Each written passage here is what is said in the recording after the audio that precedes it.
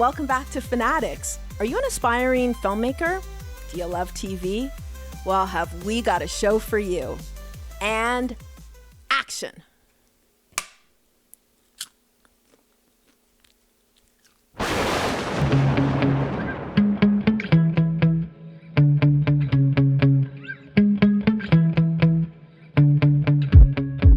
Film London is London, Ontario's official film office, which means that it's funded by City Council.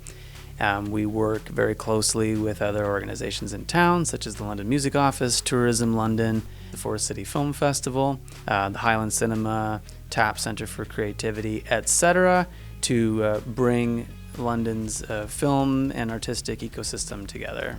My primary role is industry growth and attraction, which means that we promote London as a potential location for film and TV productions in Ontario.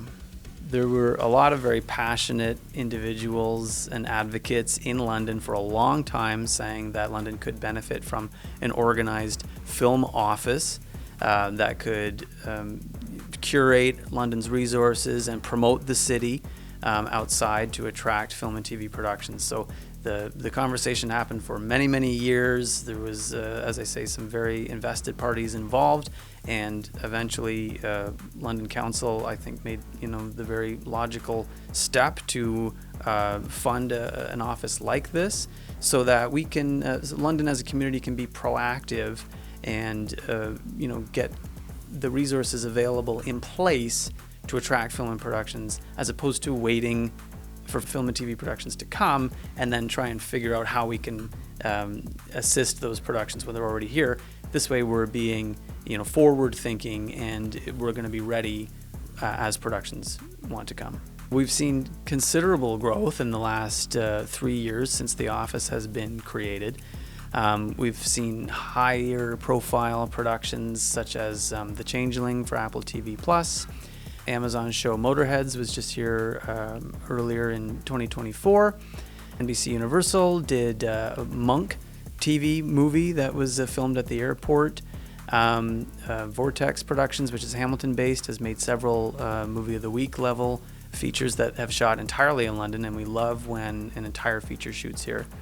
Of course, in the summer of 2024, we had Fubar, which is a Netflix series, and Arnold Schwarzenegger was here for 3 or 4 days shooting in and around the Thames Valley Conservation Area, which was really cool. FilmLondon.ca is designed to be sort of the one-stop hub for anybody using any Film London services. So right away you can select a path on the website if you're a producer or whether you're somebody local.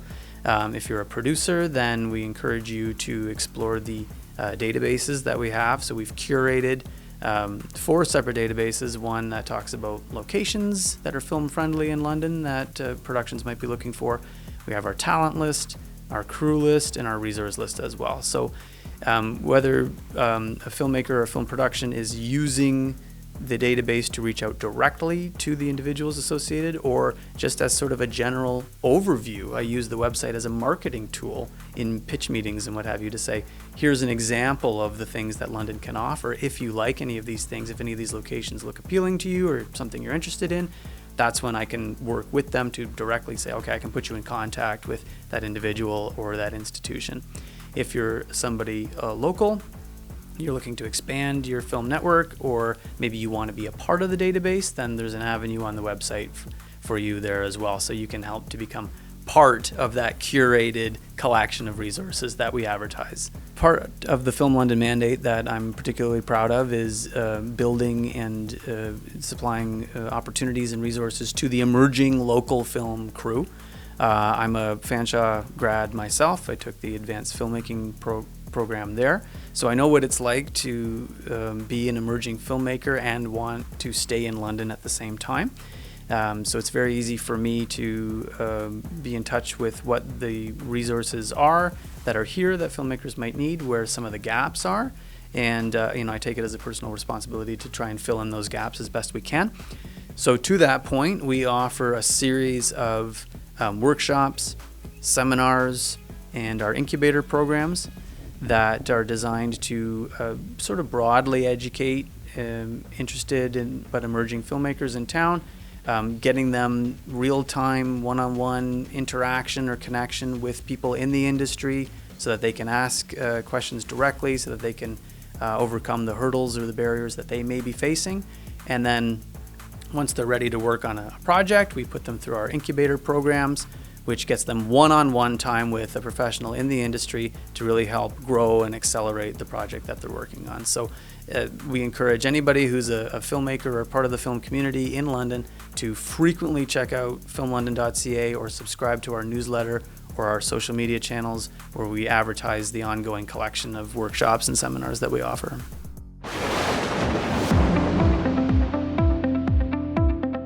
Forest City Film Festival. We're going into our 10th year now. We've just finished off our 9th year, and it was a fantastic year.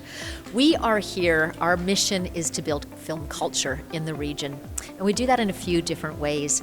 We look to build pride in regional audiences for the talent that comes from among us. We have so many talented people, whether they're in the industry at large or they're just coming up and trying to find their way into the industry. We want to generate pride in these talented people. We want our audiences to understand how much talent we have surrounding us. So we do that, this generating pride, by showing all films that are connected to the region. So we have, whether it's somebody on the key creative team, usually, that's spent any part of their life in southwestern Ontario, their film qualifies for competition. We also build film culture by bringing in international, really fabulous international films from the biggest and best film festivals around the world.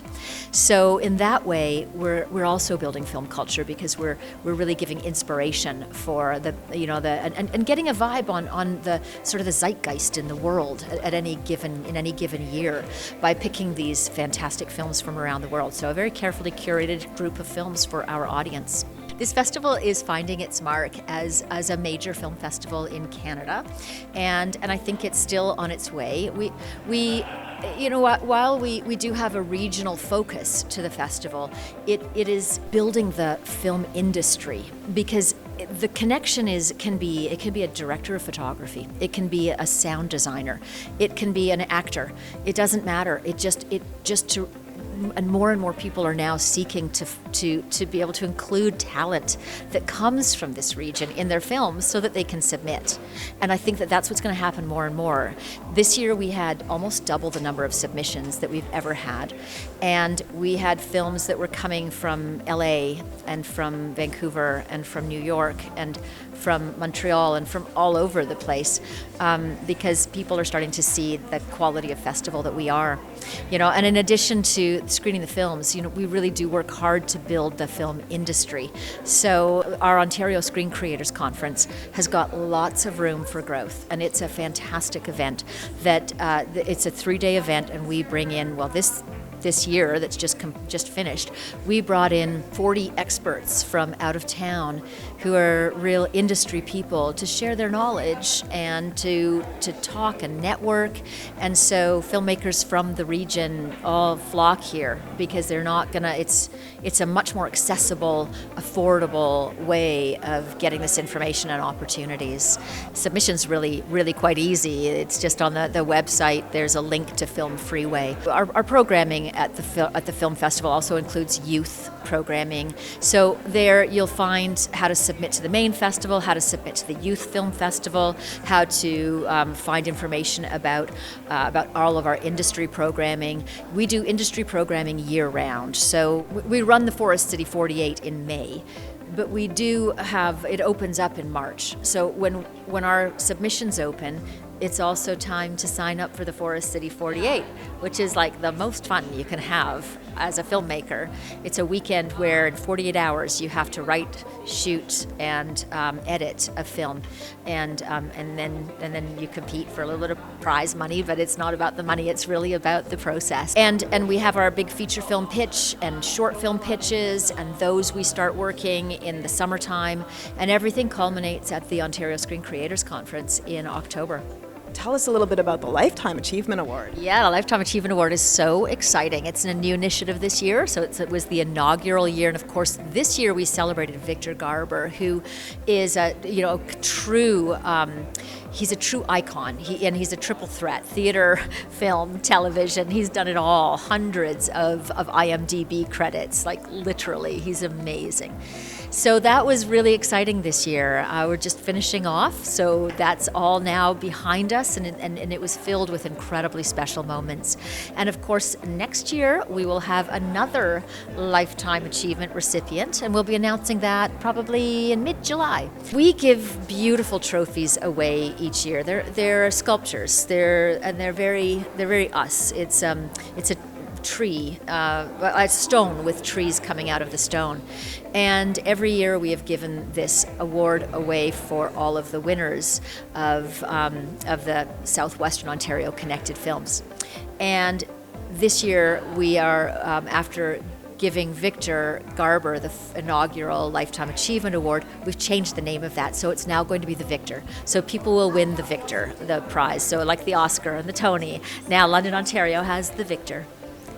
We always love our volunteers. Oh my gosh, we need about 150 of them over the course of the week. So it's very easy. Once again, on the website, there's a Get Involved page, so you can volunteer. And if you're a real film aficionado, you can apply to become one of the selection committee. So we select our films in competition through committee, and we have about 15 to 20 in both categories, both narrative and documentary. So we always need real film people who understand and love film, to join the committee. So if you're interested in that, and our year-to-year volunteers, that the ticket takers, the concession booth, there's sign-up starting in August for that.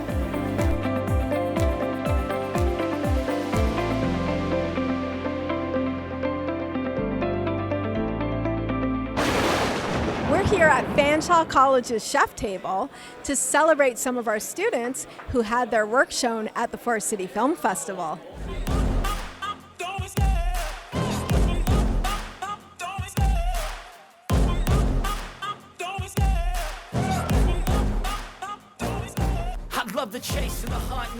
So what is it like seeing your students and graduates here tonight? Oh, it's wonderful. Yeah, it's you take them through 1, 2, 3 years of college, their college education, and then to see them in their films be screened at the local film festival, Forest City Film Festival. It's wonderful. And to see their films be appreciated by a crowd, and I mean, it's what it's all about. There's definitely pride. They're not quite like your children, but it's sort of that kind of pride, parental pride. But it's really, really wonderful to see them and to be able to celebrate it at an occasion like this. You know, it's not just a director that we're celebrating here. It's their entire crew, the subjects that are in the films. It's a whole collaborative process. And that's what filmmaking is. I was the director of Close Cut, a Barber's Story. It's a short documentary film about a local London barber by the name of Patrick. He is a recovered addict who's gone through a lot of hard times, and now he's kind of come out of that, and he spends his free time volunteering at local shelters, trying to give back to the community and share the lessons that he kind of learned along the way. So I was the DP or cinematographer of it, so I obviously shot it. It was great being in the barbershop, and Patrick has such a great story, so it was so much fun to just sit down with him. And we didn't really try to do anything too crazy because he has such a great story that speaks for itself, with a really wholesome vibe, like in and out of the barbershop. So we just tried to keep it as simplistic as possible and just accent his awesome story. It feels amazing, honestly. There's no other feeling. Like, I think part of it is why I got into this industry, is to be able to share what I've created, and I think that's so special that the Forest City Film Festival has allowed me to do that with everyone here. We met in first year BRT, and then we did AFM together as well, and yeah, we kind of instantly clicked. I think we worked really well together, maybe. We had our moments, of course, but who doesn't? Who doesn't have their moments? Especially when you're working in such close quarters on a set like that. It's but no, we get along. He's a cool guy. Behind the Ballet Bar kind of goes behind the scenes of what the competitive dance world is really like. The documentary follows the story of 4 different competitive dancers. 3 of them are not in dance anymore, but one of them has continued to dance. Throughout the documentary, the audience gets to learn about the dancers' different challenges that they face and the pros and cons of taking competitive dance at such a young age and how it can really impact their mental health. And it also touches base on how it affected their mental health, but how it kind of bled into their adult life as well. So I was the director of photography, so responsible for lighting, camera operation, working with Sabrina to, make sure visually everything looks great. We both went to Fanshawe, connected through the broadcasting, television, film production program, and the documentary was our second year project. When we first kind of thought of putting our doc into some different festivals and kind of submitting it, we weren't really sure the responses we were going to get back, but we were really excited and grateful when the Forest City London Festival got back to us. It feels kind of rewarding as well because we all worked super hard on it too. So kind of having all of that hard work pay off in the film itself and kind of being able to be seen by a different audience, like aside from just Fanshawe students, it's pretty nice to see. So shout out to Christian. He was also one of the other editors that was on the documentary. Unfortunately, he wasn't able to be here today, but he was definitely a really big help to our team and to the overall production.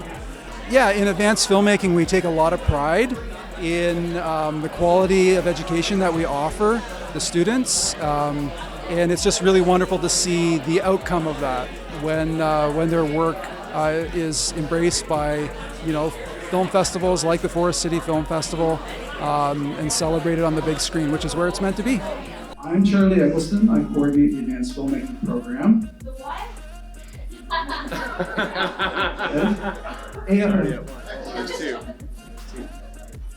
Yes, advanced filmmaking is the best program.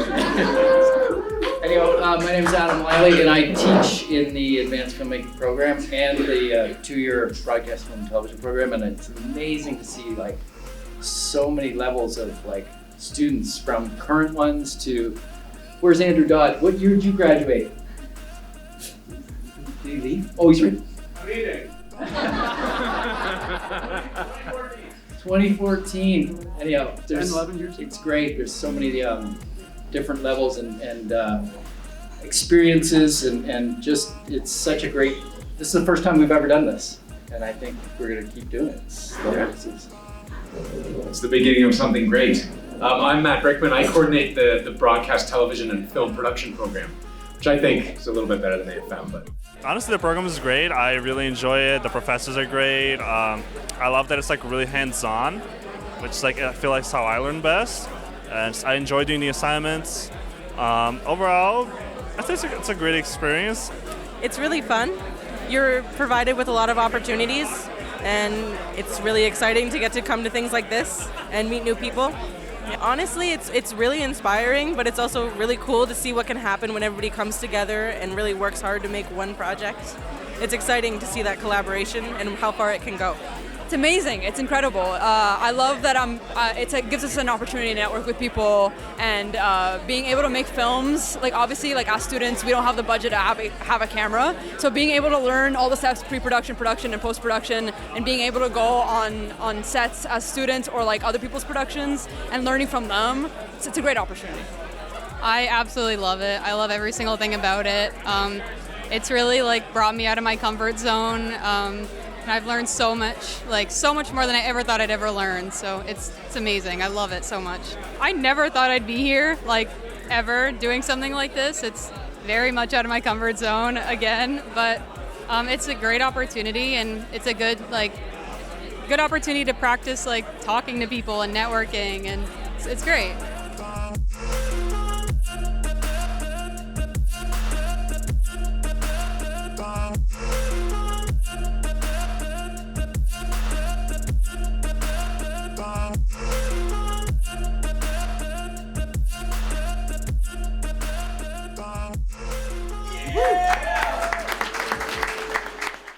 Well, tonight is our VIP preview screening for the Stratford Film Festival. We're in beautiful, iconic Stratford City Hall, right in the heart of Stratford. And we are going to be screening in their beautiful venue here. We have invited community leaders, heads of nonprofit cultural organizations, local business owners, friends, actors, and celebrities from around town. and we are giving them a little taste, introducing them to the festival. We figure this is a great way to say this is who we are and this is what we plan to do. Our festival will be next year, and we'll be running a film series, a monthly film series, really starting in March, but we're going to do some holiday films and some special films. So tonight we're seeing shorts. This is all leading up to the festival to build audience engagement and excitement and interest, and also to prove ourselves so that people will be confident that when they come to see a film, they may not know anything about it, but they'll know that it's something they'll want to see and that will generate conversation, maybe change their minds about a few things, maybe get them into an argument with their spouse, who knows. We'll be showing all kinds of films. There will be dramas, there will be comedies, there will be international films, there will be Canadian films on all different types of topics. So we care about the environment, we want to show animation, we love shorts, so we'll have some shorts as well.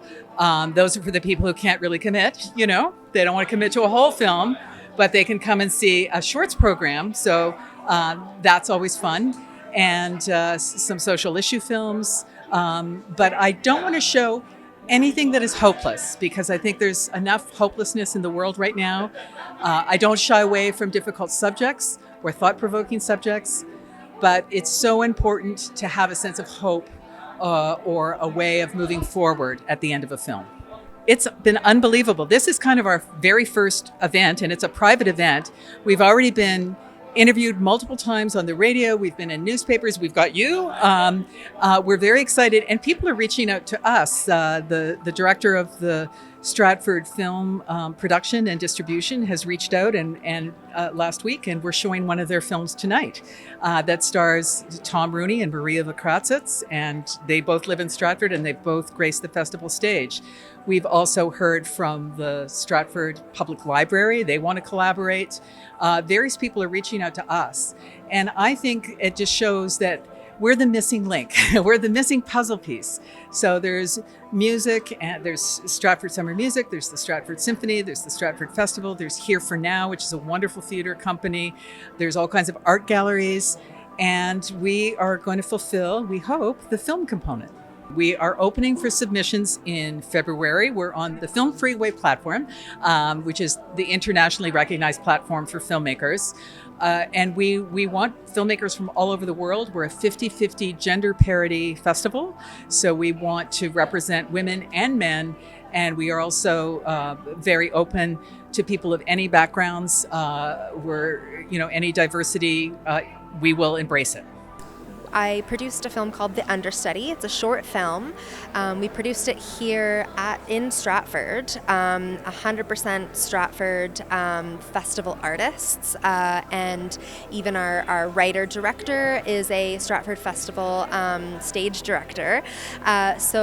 We produced this last year, and it's now just currently doing its film festival run. The Understudy is about an understudy actor who suddenly gets the call that he is going to be going on. He's got his granddaughter with him, and he figures it out, and he may or may not go on in the end. Having a film festival here in Stratford makes a lot of sense, not only to honor the history, the Festival of Festivals, or TIFF as we now know it, Toronto International Film Festival, had one of its first screenings here, I think even at the Avon Theatre, which is where we filmed The Understudy. And not to mention all of these incredible artists that live here, that reside here, that have been here forever. Having a film festival here to celebrate their work, but also bring international works in, and just celebrate film, celebrate filmmakers, celebrate storytelling in this town is incredibly important. Yes, I'm a Fanshawe College graduate as well as a Western University graduate, and so happy to be living here in Stratford now for about 5 years at this point. You can learn all about the festival and our upcoming events. You can buy passes. You can buy a screening pass just for the screening series, which will be monthly, or you can buy a pass for the festival, or you can buy something called I Want It All Pass. So I've been asked, why would filmmakers want to come here? Why would they want to be showcased in our festival? Well, why wouldn't they? I mean, this has to be one of the most charming, culturally vibrant cities, small cities in all of Canada. We are filmmakers ourselves. I made documentaries for a long, long time. My husband was a television executive and also, executive produced a lot of documentary films. So we want filmmakers, we want to showcase them, highlight them and their achievements, and show them a really good time. And we may not be the biggest, but we're going to be the best little festival there is out there. And we're so close to Toronto, we're so close to London. People can get here, we're close to Waterloo, they can get here easily. And I love taking the train in and out of Toronto. So we're hoping to get lots of sponsorships and partnerships to make it easy and more accessible for people to come and stay here and be here. And we just want everyone to have a good time.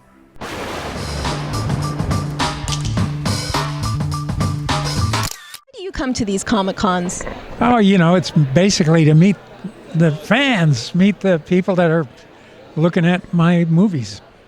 What do they like to talk to you about? Is it your movies? Pretty much, most of them do, yeah.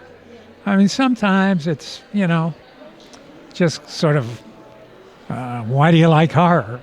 Fact is, I don't particularly like horror. It's not what I watch by choice. And my stuff has always been more satirical, social satire, political satire, like that. And I'm more involved in that than I am in the elements of horror. Too many zombies around. I used to be the only guy doing zombies. Now it's impossible. And it's impossible for me to finance a zombie film, a small zombie film. And I don't want to do a big one again because I had no fun doing Land of the Dead. Was the biggest budget, unnecessarily, a lot of money unnecessarily spent. And even though I liked the way the movie turned out, it was just not the way I like to make films. I'd like to just make, stay under the radar. And so now it's impossible to try to find money for a small zombie film. Thanks for joining us on this issue of FANatics. On our next show, we'll show you even more ways to become an award-winning filmmaker.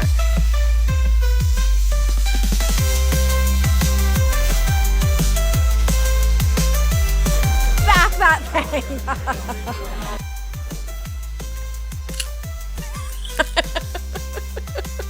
Ways to become an award-winning filmmaker. Oh, I thought you were going to do it.